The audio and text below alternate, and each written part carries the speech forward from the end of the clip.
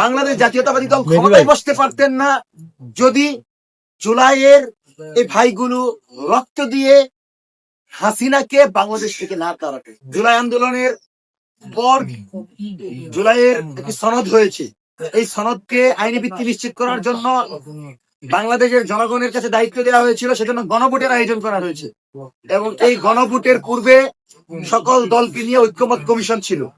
তো গণভোটের মাধ্যমে বাংলাদেশের জনগণ রায় দিয়েছে যে এই জুলাই সনদকে বাস্তবায়ন করতে হবে এবং হ্যাঁ বিজয় হয়েছে। তারপরেও বিএনপি সংস্কার পরিষদের শপথ নেয় না।